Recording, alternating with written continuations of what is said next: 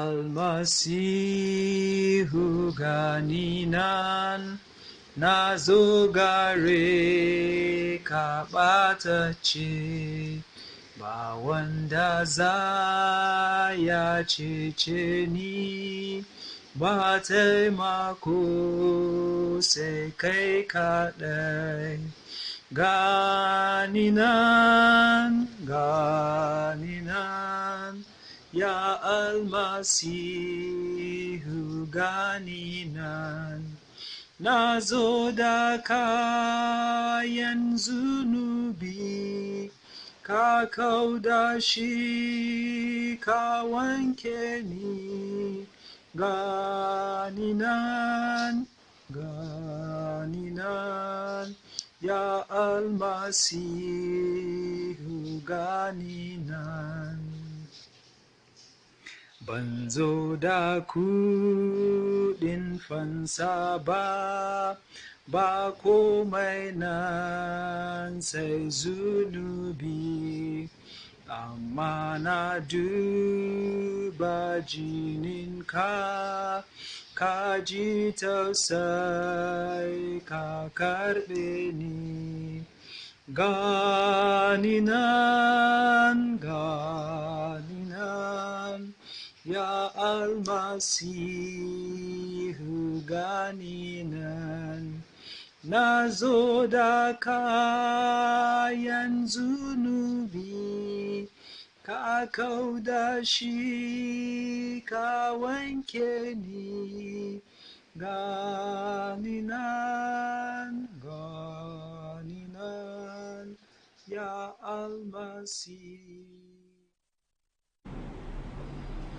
It is getting serious every passing day, Martinez.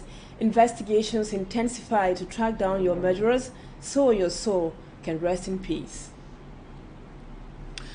Hello to you all viewers of Equinoxe Television. Thank you so much for being with us on this edition of the news. Right away, we begin with our major stories. Investigations on the brutal killing of Martinez Zogo are far from being over as at now. Some prime suspects, among whom Jean-Pierre Amogu Belinga, who were transferred from the State Secretariat set to the military tribunal yesterday, have been taken back to the State Secretariat for complementary investigations. And those investigations might lead to further arrests of other suspects, and a new virus known as the Marburg virus is causing havoc in neighboring Equatorial Guinea. Over 20 persons have already died from the highly contagious disease, and Cameroonian authorities are taking measures to ensure to bar the virus from infecting people in Cameroon. Plus, in this newscast, the death toll of the Turkey-Syria earthquake now stands at over 40,000, the worst natural disaster ever in Europe in the past 100 years. Those are our major stories. Stay with us for details and more.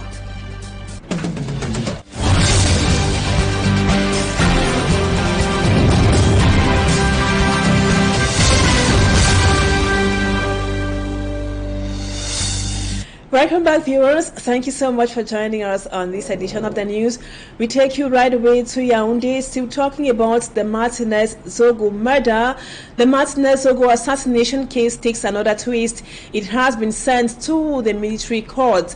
To understand the competence of the military tribunal in the matter, we asked Barrister Kamwa Limen the legal facts that put a case under the wings of that judicial institution. Babula Jonathan is on that beat. The competence of the military court covers matters directly and or indirectly related to the military component of the National Armed Forces of the Republic of Cameroon. If the offense was committed against the gendarme and its infrastructures, or army and its infrastructures, it goes to the military tribunal. If the act was done with the use of guns, you see, like use of guns, that is why you see that most of the people suspected in the Amazonian crisis are sent to the military tribunal, because once there's a use of gun, is the military tribunal that is competent. Then in instances that offenses are committed by elements of the armed forces, it gives direct competence to the military tribunal. The Martinez Zogo assassination case has several military characteristics.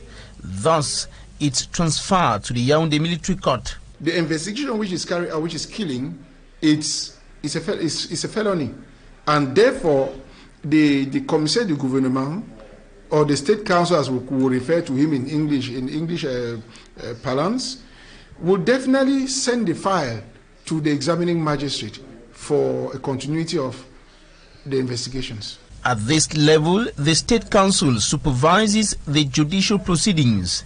He has three options: to free the persons if there are not sufficient proofs. For somebody to be brought in front of the court, they must establish sufficient proof to sustain a trial.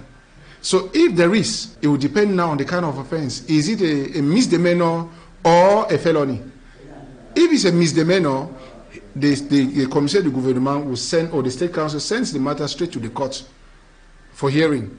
But if it is a felony, it is mandatory, it is obligatory that the examining magistrate is seized. Proofs of involvement or the contrary will therefore determine the verdict of the military court and consequently the fate of suspects in the assassination of journalist Martinez Zogo. And just to let you know, as our reporters in Yaoundé precisely, Guy Zogo and Joel Isengi are following the events. They will be telling you more. That would be at 8 p.m. And now we talk something else. Some traders at the Congo market here in Douala are protesting against the demolition of their shops. They say they have been at that market square for over 40 years now, and the local authorities say a road is to pass where the Congo market is located. Lucy Liengu is here, spoke with some of the disgruntled traders, and she now tells us more. These are dealers in wood furniture and related items of the Congo market, commonly known as Marché Congo, Douala 2 subdivision. They are protesting against a planned demolition of their business place by the Douala City Council. According to the business operators, they have been occupying the site for about 40 years. But to their greatest surprise, the council is asking them to relocate. Nous sommes dans un site où nous avons exercé notre activité en tant que... We have been here for more than 40 years. What baffles us is that for a while the government has been promising to construct a road here, a project they have never realized, and we kept working here. It is here we have our daily bread. Et jusqu'à ce niveau, ils nous ont laissé de chercher notre pain quotidien. Moreover, they blame the government for what they say is injustice. We are getting that foreigners, Nigerians, people that are here in Marché Congo, they came and told us that we will use money to chase you people away from where you are.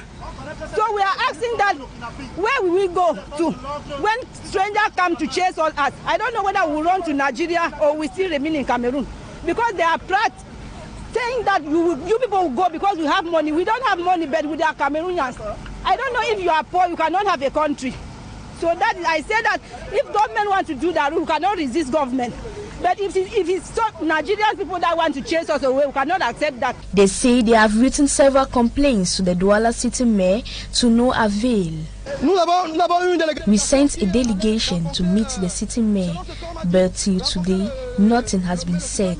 They are also uncomfortable with the fact that they are compelled to pay a sum of 3,000 francs every month for occupying the space.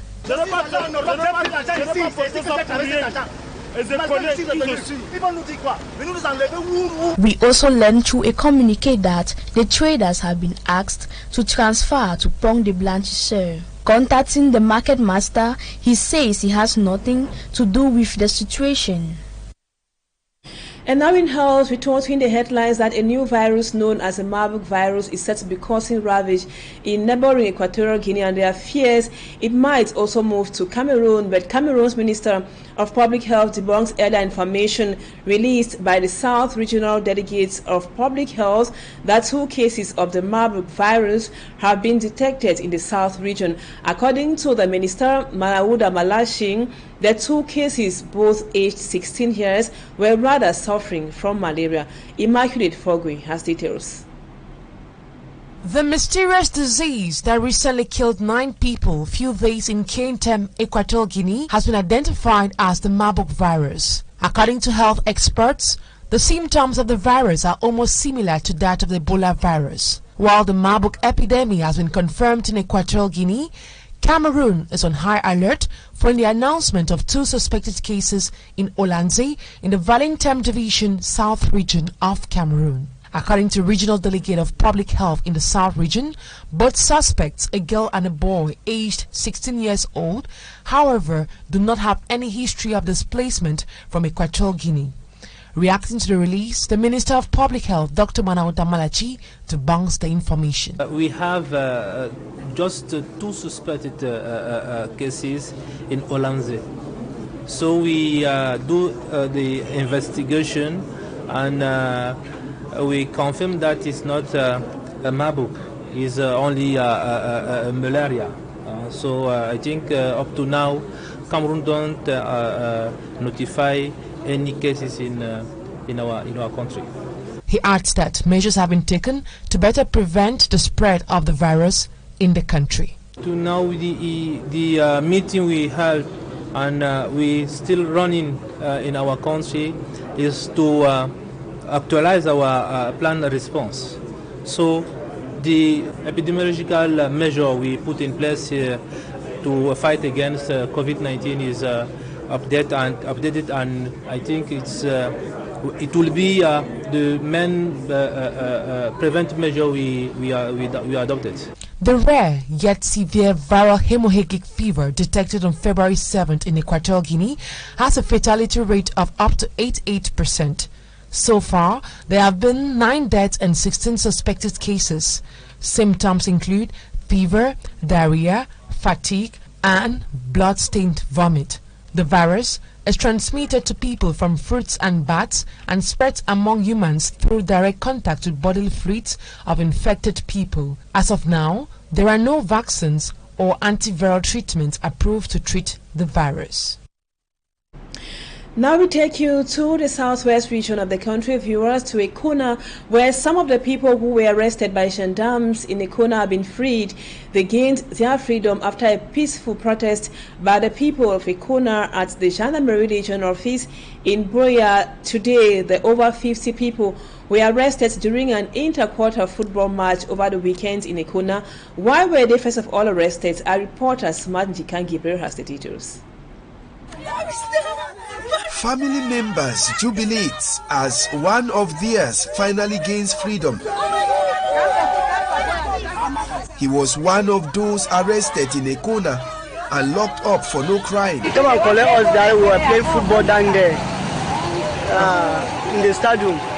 Mr. German just come and collect us and come and keep on the leisure. That's something to do anything. He said the condition at which they were kept was unbearable. The condition may look so hard because there were no food.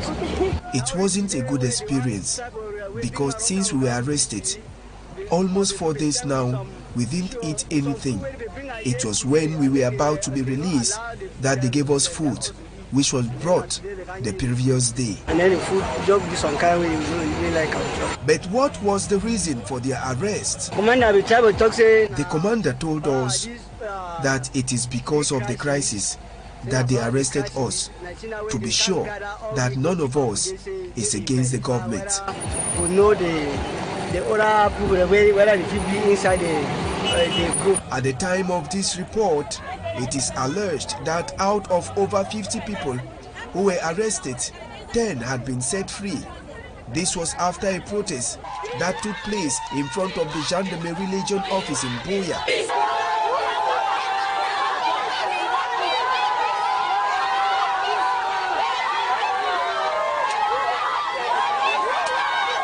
The Equinoxe population demonstrated with peace plant while singing that they want peace.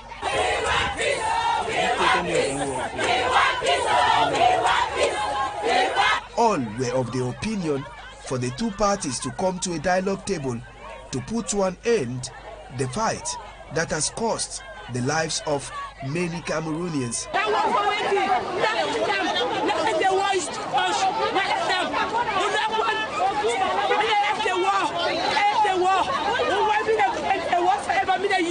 With the cry of the mothers, the mayor of Boya, Barrister David Mafani Namanje, alongside the divisional officer of Boya, Abba Abdurrahman, came out to console the frustrated people from a corner in the presence of their mayor, Laza Njungwe Lanjinu. With the comeback, with the comeback, we'll try to see what will happen. When are picking them, now we are born winner. Yeah! Mama, we are born all we. Yeah! So we do one piece, and we glad so on one piece. The over 50 people were arrested on a football pitch during an inter-quarter football competition in a corner, and before some were released, they had spent more than 2 days without being told their crimes. Thank you, Smart. We stay with you. From a corner, you take us down to Kumba, where a 25-year-old man by name Clovis, who is suspected of selling marijuana to separatist fighters, has been apprehended by security forces in Kumba in the Meme division with a huge quantity of hard drugs. During his presentation, the senior divisional officer for the Meme, Ntundong Shambalan, says the fight to eliminate such presence in Kumba is going to intensify. The fight to let them away from selling fake drugs to people in Kumba is going to intensify. Simanji Kangebre, once again, you have the details.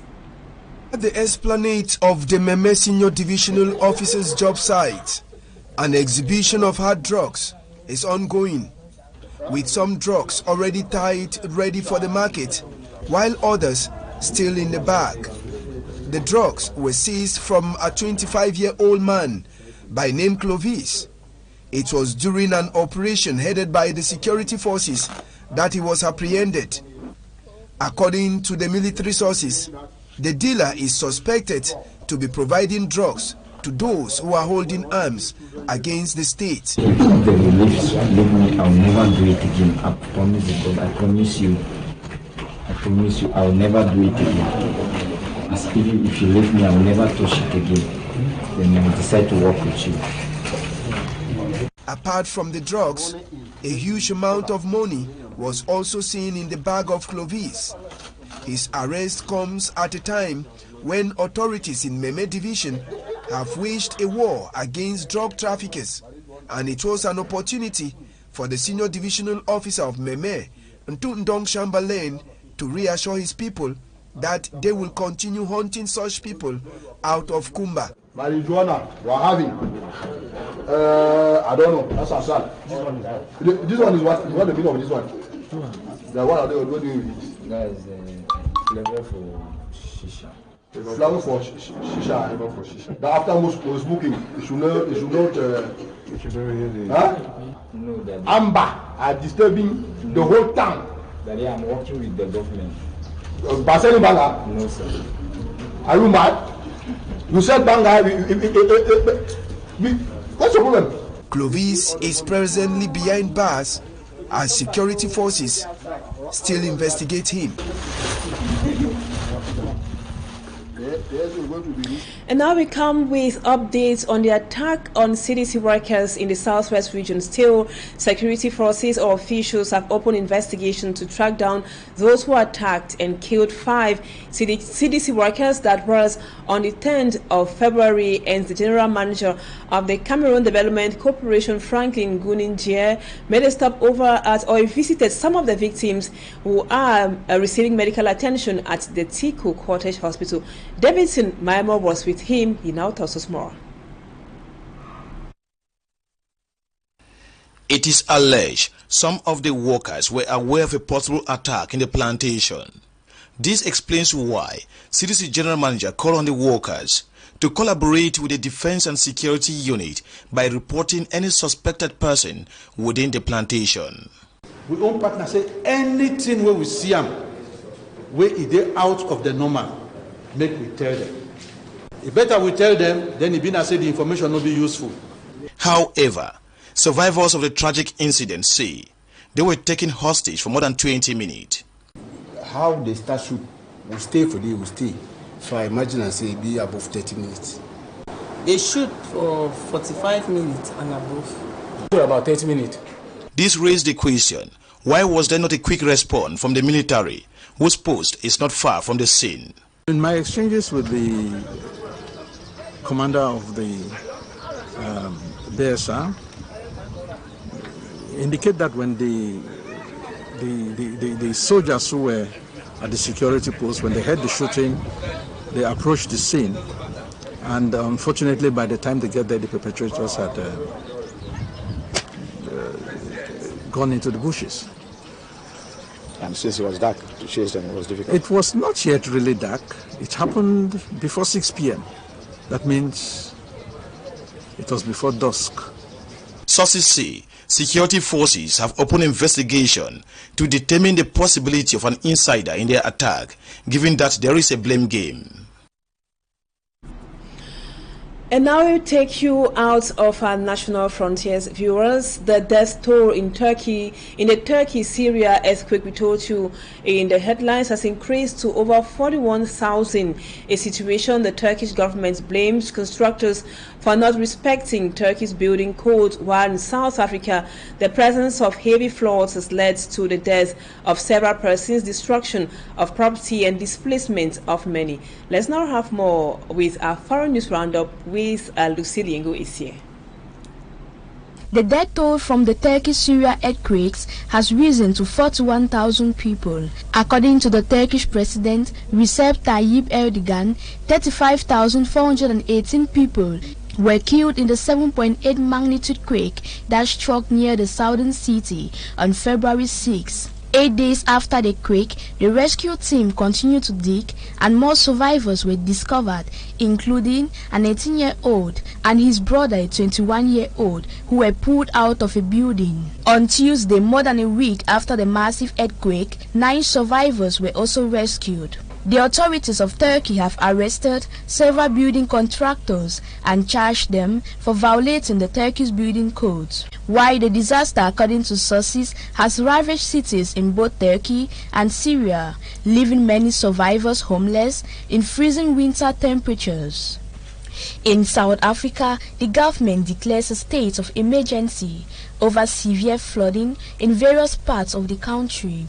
According to sources, the national disaster is caused by heavy rains in recent days. The National Institute for Disaster Management reports that about 39,225 individuals have been affected across Maputo and 14,792 have been displaced, while material damages include 7,643 houses, 15 centers, and 15 schools. The bad weather condition, according to the Disaster Management Center, threatens 7 provinces out of 9 that the country has.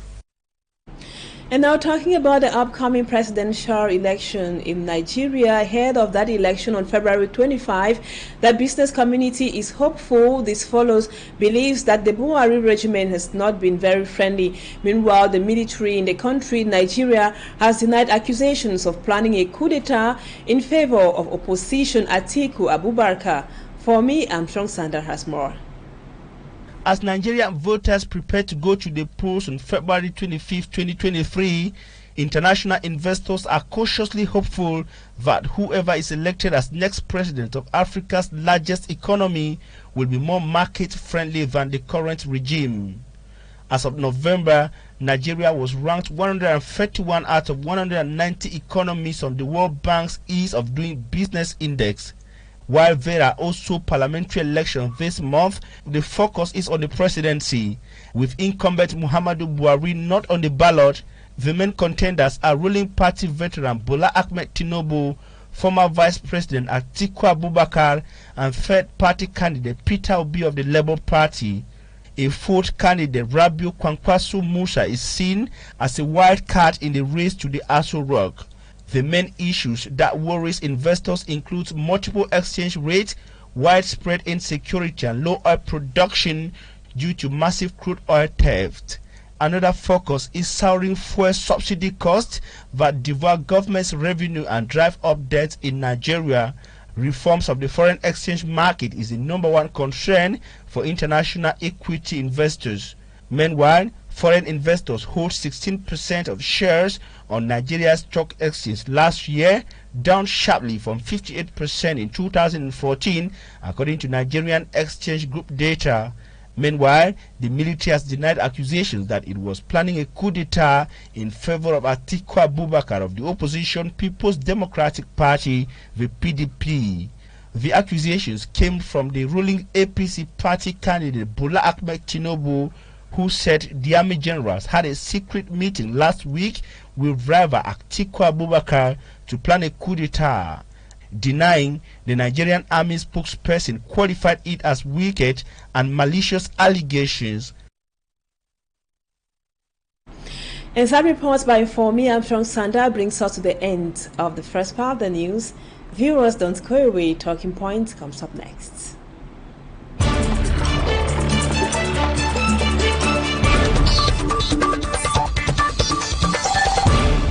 Tonight on Talking Points, we are coming back to the attack in Garbo in the northwest region of the country, which killed 21 civilians, among them children and also a pregnant woman.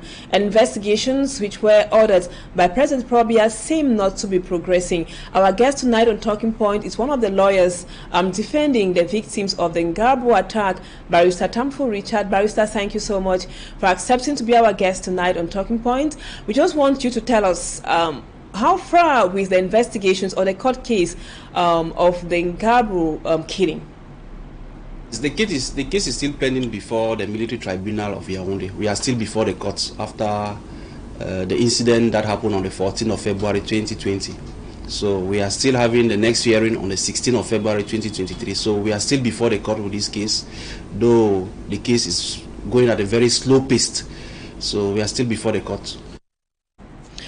We want to know, Barrister, investigations were ordered by President Probia for the culprits, those who carried out the attack, killing those children and the pregnant woman, and other adults be brought to book. Those accused on the front line are security soldiers, Cameroonian soldiers. How far with the court case, the investigation? Because it looks like it's not been progressing.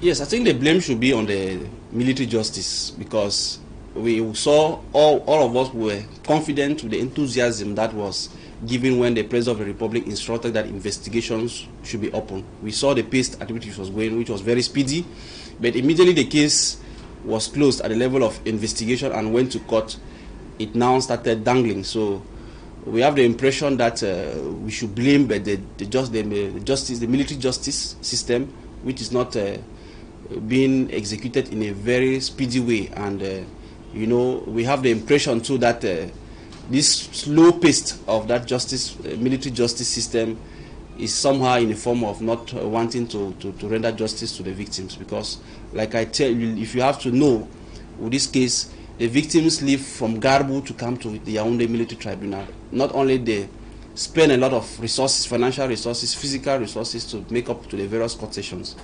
Even us, the lawyers who are acting in this case in a pro bono manner, we have financial difficulties in attending all the court sessions. So justice is really being delayed, and we believe that justice is being denied. Yes, Barrister, you were about talking about the challenges you lawyers face, and also the victims who have to leave all the time from the northwest region to the nation's political capital, Yaoundé. Can you come back detail somehow about the challenges you guys, that's you, the lawyers of the victims, have been facing, plus the victims themselves? When a crime is committed, investigations open, and when investigations open, the persons carrying out the investigation try to gather enough evidence that can be in their possession, and after that they now refer the case to the appropriate court for a proper hearing, and where there will be fair trial before a verdict can be entered against those who are found guilty or not. So it's not like immediately after the investigations were closed, those who were suspected to have committed the crime were already guilty. So it is but normal that the procedure moves to a military court, where they now have to be given the right to defend themselves, to explain maybe the circumstances, what prompted them, who gave them the instructions, and then from there now responsibilities will be established, then the judge will be able to enter into a verdict. Now, why the military court? And now, can you tell, Cameroonians might want to know, why take the accused to the military court, and what about the vigilante group members who seem to be implicated in the attack, the Garbo attack? Because we have military officials who carried out that assassination, that destruction or the burning of those properties. That's why the military court competence was retained. Yes, during the investigation, the examining magistrate was not able to identify those 17 vigilante groups. So what we have before the court, or the persons that were referred to the court, we have 3 persons, 2 gendarmes and a military personnel. So there are 3 of them who are standing trial before the court. And Barrister, tell us too, or Cameroonians might want to understand, why take the case to the military tribunal in Yaoundé when there is one in the northwest and the southwest regions? Why take it to Yaoundé? Well, I think that was just an administrative decision, though the military court of Yaoundé too is competent, because the military court in Yaoundé is like the universal court for that is able to hear all the matters, and especially when it comes to such kind of acts, the Yaoundé court is competent. I think it was just an administrative or a political decision to hear the matter in Yaoundé.